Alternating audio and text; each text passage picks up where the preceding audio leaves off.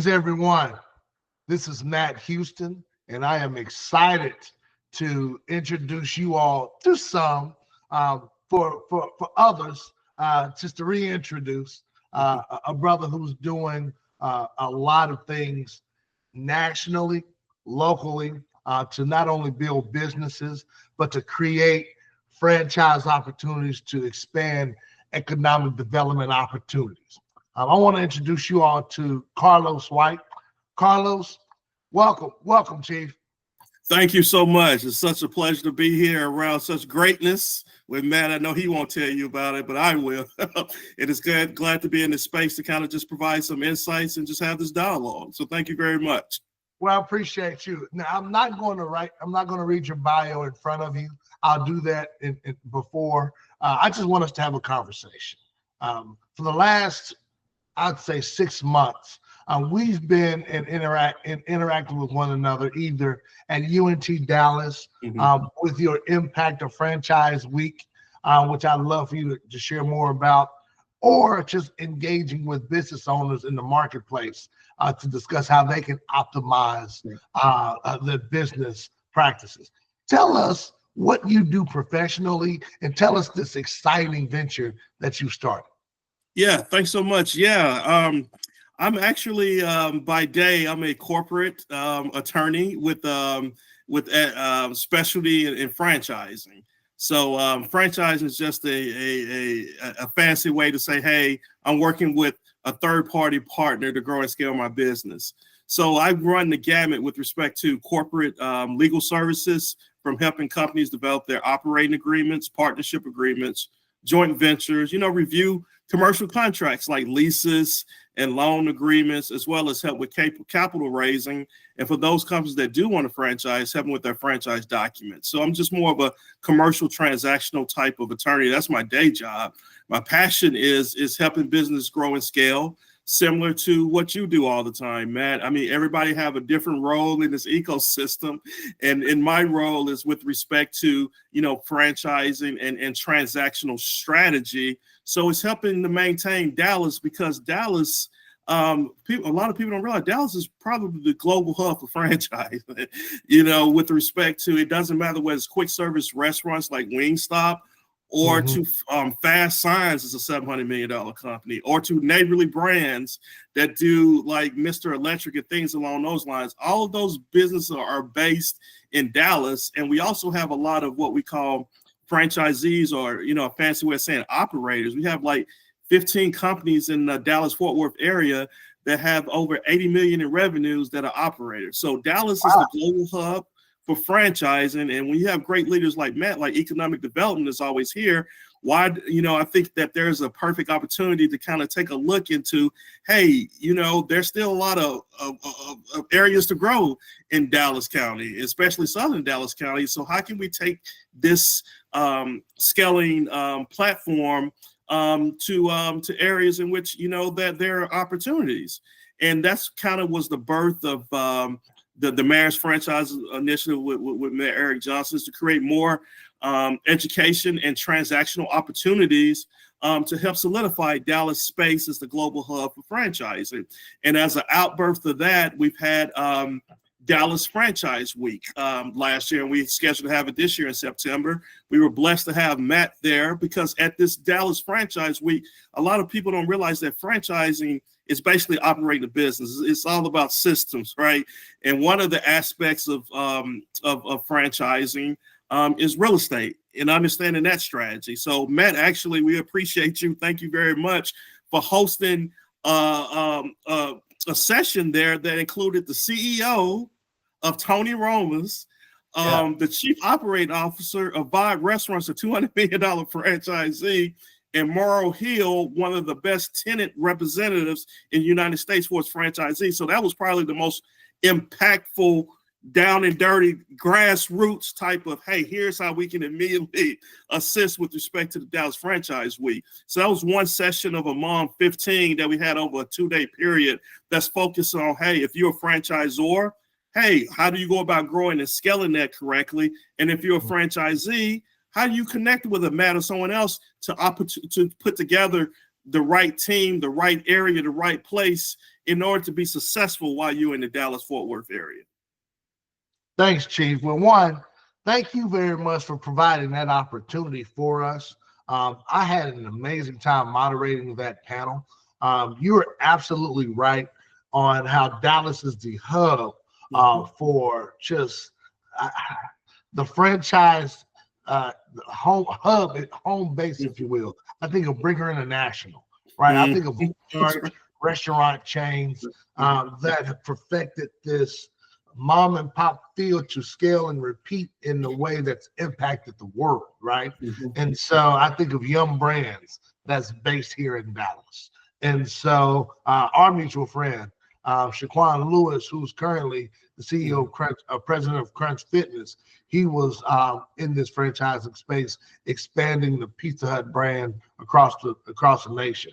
And so Dallas is this epicenter of the intersection of business and corporate and opportunities for these unique brands, not just in food, but in different facets of business, how you can be able to be competitive in the U.S. marketplace. And so you being the franchise czar, that's what the title we bestowed on you with the city of Dallas.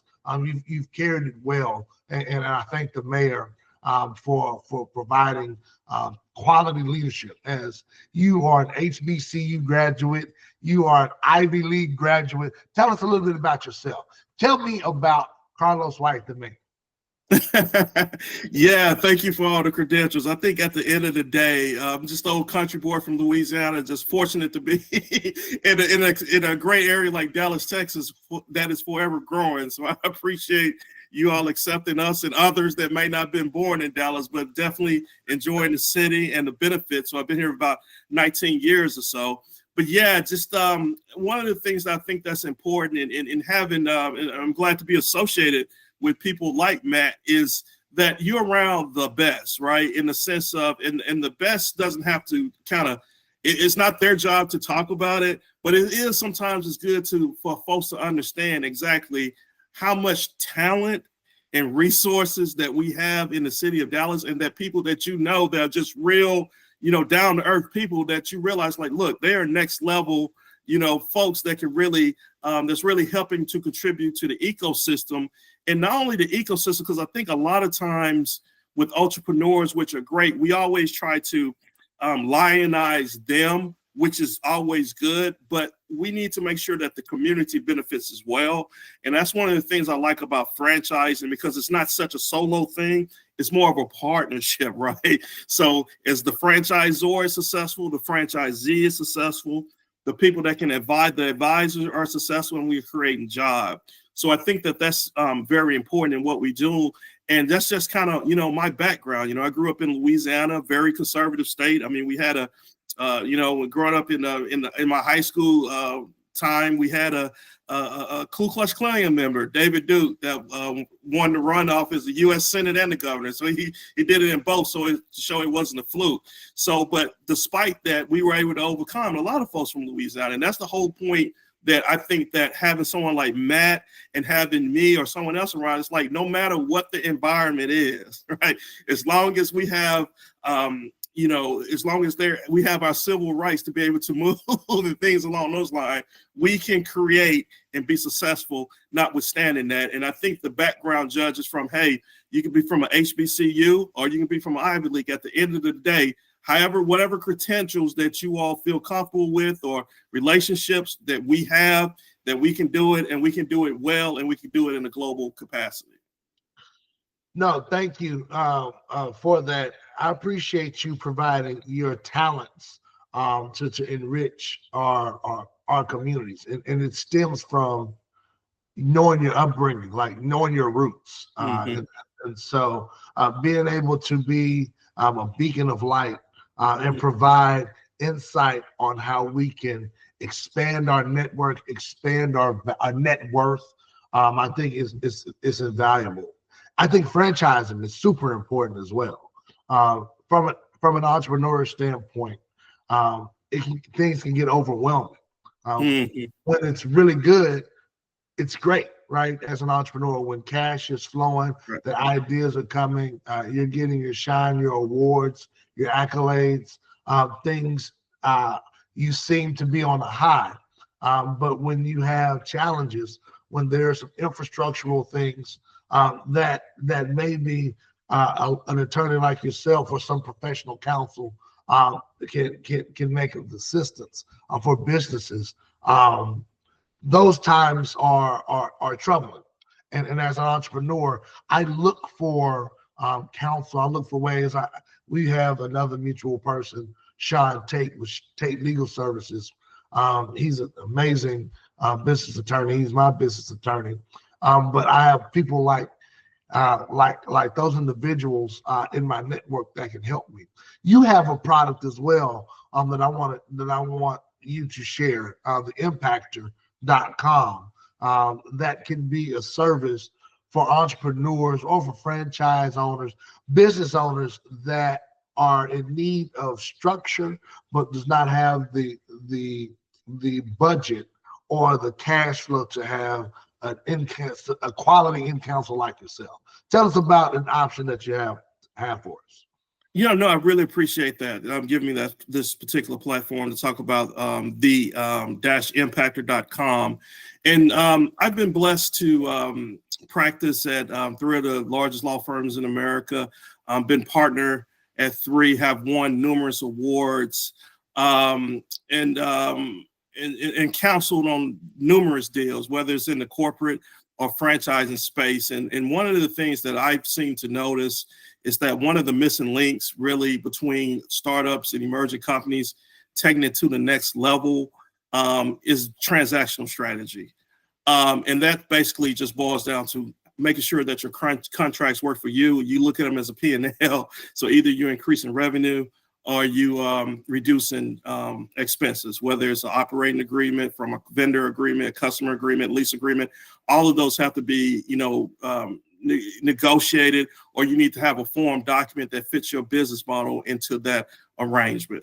And one of the things that a lot of folks don't know in the legal space, usually attorneys are judged by if they went to big law firms and what law school they went to. Fortunately, I was blessed to go to the University of Pennsylvania, which is the 4th ranked law school in the United States. And I worked at, major law firms, partner at Hush Blackwell, Lathrop, Frost Brown. It's all top 200 law firms. So it's not that you're a genius, but you get insights as to how deals are structured and things along those lines. So they can charge higher fees. But my deal is I got that experience and I want to bring it up to the startups and emerging companies, because it's more important for these startups and emerging companies to deal with someone that has my type of background, big law firm, Ivy League, than other attorneys, because you're getting the best, right? And it's a seal of approval that differentiates me from someone else. It's like you can go to LegalZoom, you can go to another attorney, that's fine. But my seal of approval that all products and services will be provided that you need, from corporate to franchising, from a top 10 law school trained attorney that has big law firm experience. And that gives you peace of mind, or it should give you peace of mind, and a more of an insurance policy against others that's in the market.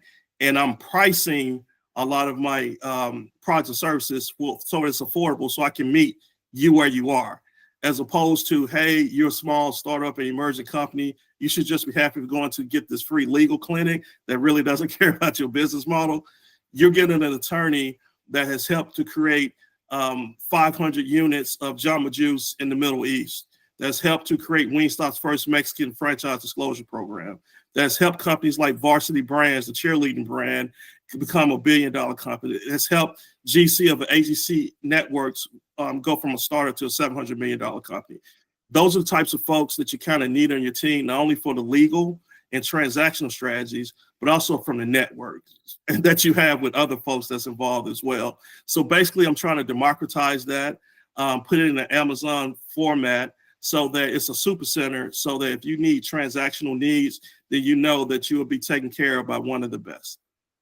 That's what I like the subtle flex from my attorney, that they can show that they've done transactions at a local, national, and international level, and you're able to package it in a space that's attainable for an entrepreneur like myself. Let's say I need your services. I am a startup, or I'm going into my second venture. I have a new idea. I don't want to. I'm not at the state to budget for in counsel, but I need ways to get guided. I need my articles of incorporation. I need my framework done. I want my back office secure. What type of packages do you have for me? Yeah, for those types of clients, which I'm really looking forward to, we have what we call the master calls, right? A master call is basically for an hour. You can bring the contract or whatever you want to discuss, and we will basically discuss, the most important issues that you need to identify and negotiate in the event that you cannot. If you have to do it yourself, then here's the things that you really need. These are the must-haves, right? Or you must consider in connection with going back and negotiating with the landlord, with negotiating with the other person that will be a partner, in negotiating with the bank. And that's only for $150. I mean, my former billing rate at other law firms range from $575 to $780 an hour. But for $150, you can get concise information that will help you do things better yourself until you can afford to have that more, block of hours that you need in order to grow and scale.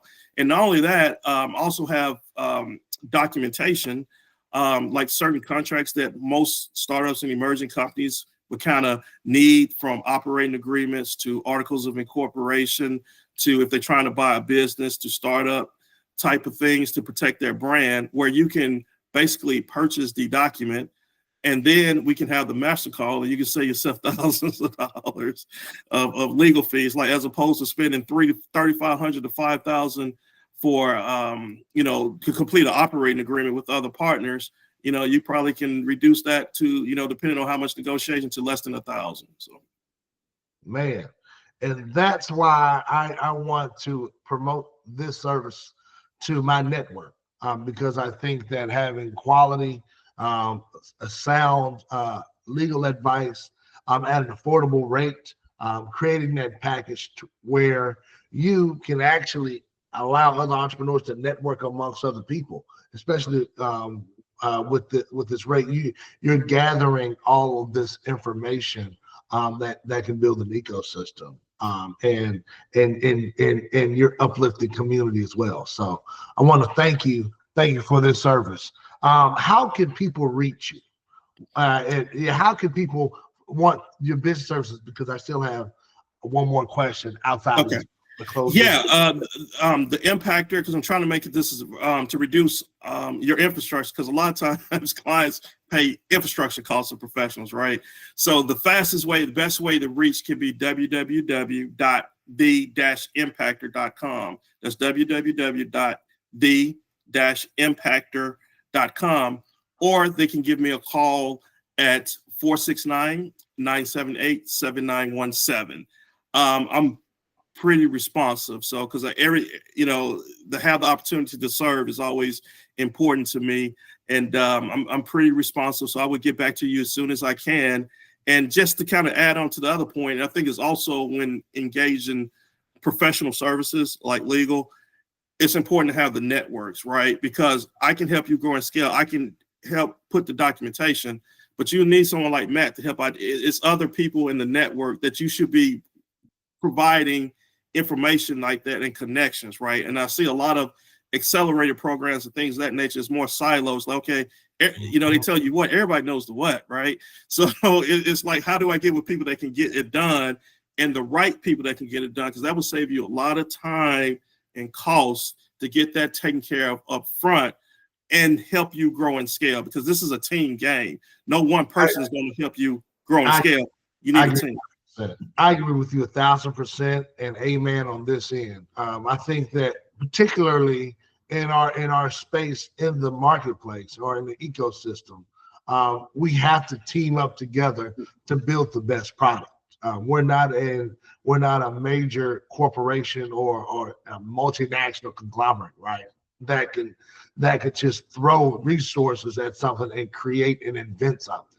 Our intellectual capital, our ingenuity, and our ability to create is what gives us our strength, and we can do that through community. And I think this site helps that. So thank you very much for that. No, thank you. I appreciate it. Good deal. I have one more question. Well, I have many questions for you, Carlo, but I wanted to pedal back on an education discussion topic I want to discuss with another brother in terms of utilizing or understanding the importance of Ivy League or high tier education and your relevance in the business space. I attended several reputable schools in the Southwest region, and so I understood, or I understand, how you can change mentalities or mindsets as you have different filters kind of shed from your eyes and understand how things work. Talk to me about that transition from education in Louisiana going into law school, and how that is that better, worse, or tell me the differences. No. And it's similar to what you do. I mean, honestly, like Matt, you know how to operate in any environment, and that's important. You've been to, some of the best schools, secondary, primary, as well as colleges, as well as dealing with folks from all over the socioeconomic spectrum. But, honestly, with respect to, because my background is a little different. Generation X in the 90s, it definitely wasn't the 60s where my life was on the line all the time. But Matt, I mean, you might be a millennial, but or the end that part of it. That in between. It was a different environment, right? In the sense, especially in the South, you didn't. It's a lot more. It's easier. It's a lot more liberal, even in this environment, than it was in the 90s. And one of the things that is the perception, right? In the sense of, I'm an old country Louisiana boy. I went to public school. I went to Southern University and loved it, enjoyed it. But I wanted to be an investment banker or a stockbroker. And those companies, they wasn't recruiting at Southern University because there was a perception, right? So recognizing that is wrong, but unfortunately, I don't have the time and effort to spend my whole life trying to fight what's wrong. I got to understand what is the marketplace saying and what it is. So now it's like, okay, if Southern's not good enough, then let me see what are the best, and let me just go ahead and handle up and get in the best, so there's no excuses, right? So really, that is what has empowered me more than anything with respect to, okay, I got to get to an Ivy League school or the best law school because it proves up to the mark. It's like based off your standards, whether they're fair or not, I got to be able to produce, right? If I want to be able to take care of my family as well as the community and my friends and things of that nature. So here with the, going to the University of Pennsylvania, as well as Wharton and taking courses, that disseminated, right? That dissipated that issue, so we can really get down to, okay, let's stop these pretexts and let's get down to the brass taxes. So now it's like, no matter what area, it's not that it's a brag, but basically it's like, no matter, I'm from Louisiana, I went to HBCU. My first name is inspired by Hispanics. My last name doesn't match my color. I work for the federal government and I'm a lawyer. So I got diversity, no matter what environment that is involved, then I got experience in that. And I think growing up in Louisiana, where it was a little different, it was a lot different then than now, where it was a point of having a chip on your shoulder in order to show that you are capable and to be even given the opportunity to have, the types of, careers that you aspire to have. Gotcha. No, I thank you for sharing that. I know that we had a brief discussion last week on it. And I, again, upon reflection, I realized the place of privilege I've been in, and when discussing amongst African American Black professionals, Black men and specifically in this case. And so I will, I think I'm the oldest millennial type. I'm between millennial and Gen X, but I do understand living in an urban space in Dallas. I was afforded a cosmopolitan type of lifestyle in which it was a bit more worldly, a bit more forward thinking in this particular space. Now, in Dallas, in terms of cities across the country or in the world, we're still slow and backwards. And, we're not going to start a beef with Bomani Jones, but it's definitely an eye opener. And so I didn't have much of a chip on my shoulder as much as guidance from someone who did, right? My father is an HBCU graduate, was an HBCU graduate. My family, 7 generations of HBCU graduates. I was prepared and was embracing joining that legacy, but was afforded a full academic scholarship. And my father and I had a long talk, and he really was he really thought about my future instead of like what I want now in the next 4 years in terms of my mentality, my personality, and how having the network as well as the academic rigor to be able to develop my mind and develop my resource, my human capital in such an impressionable age. It was greatly appreciated because going to SMU helped me evolve culturally. It helped me reaffirm my cultural roots, but also allowed me to find a way to represent in a way to uplift all of humanity, right? And so having just that type of experience and translating that into business, because the market space is run in a capitalistic space by folk with capital. People with capital created systems so that they can scale and repeat this thing for generations. And that's through a lot of these higher educational hubs, particularly tier 1 schools, right? And so we can go into a philosophical discussion about that and its impact on education. But in business, how can more Blacks kind of get exposed to whatever the system is to tap in for their kids or for their next generation? Yeah, I mean, honestly, it's having you brought up a very good point, because my wife's from Atlanta, and you see Dallas where the excellence is there. I mean, in Dallas, we got Williams Chicken, which is one of the largest African American franchise systems. We have Roland Parrish, who's one of the largest McDonald's franchisees. You have a Calvin Golden that helped create Wingstop. And to your point, you have that in your community. So if you have that in the community, that is already a blessing in and of itself. And then, like with the work that you do as a professor, and not only also being associated with the Dallas Black Chamber, which I think is the oldest Black chamber, or one of the oldest Black chambers. So you already have putting down the foundation. Let's clear it. It is the oldest Black chamber. Okay, sorry, bro. Founded in 1926. The oldest. But you all have put forth the platform, and the thing that I like is not just Matt on the Southern Dallas Cap. Based off your education and background, Matt can compete against anybody in the city of Dallas, whether it's North Side, South Side. That's what I'm saying. It transcends, a particular area.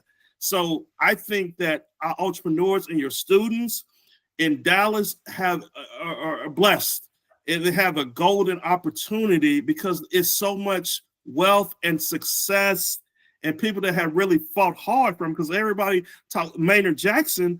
Yes, he's in Atlanta, but Maynard Jackson was born in Dallas. Dallas has set the ground rules for a lot of opportunity, and to be in the city now and to be around professionals that can get things done, we have to make sure that we're more integrated in our approach, and that we're not minimalizing how much talent that is already there that just haven't been tapped into because we might have perceptions that doesn't fit the reality. You're absolutely right. And thank you for the reminder of all of the talent that Dallas kind of curates and creates for the world, right? One thing that we haven't had in our city is a public educational Mm. institution of higher ed, so that we can create this in masses. And I'm blessed to be able to be a part of the UNT Dallas School of Business faculty, so that I can help form that culture as it's in its entrepreneurial stage. In my mind, in higher ed, we were started in 2010, and we're kind of building our next phase to scale and really expand. And so it's really exciting being a part of something that was implemented in this generation, so that we can churn that type of quality. Um, I do think that will help the brain drain that we've had in our generation. It's one thing I will address. I graduated high school in 2002, and I graduated. A lot of my peers graduated and studied abroad or studied away from Dallas, whether it was Austin or Houston, attending UT, or going to U of H or Rice, or Texas A&M, or going to the cities Atlanta, DC, where there are cultural hotbeds combined with education of quality, that once graduated, there's good access to jobs. You've probably found the love of your life, and you've started your family, so that you plant seeds in those cities and not come back to Dallas.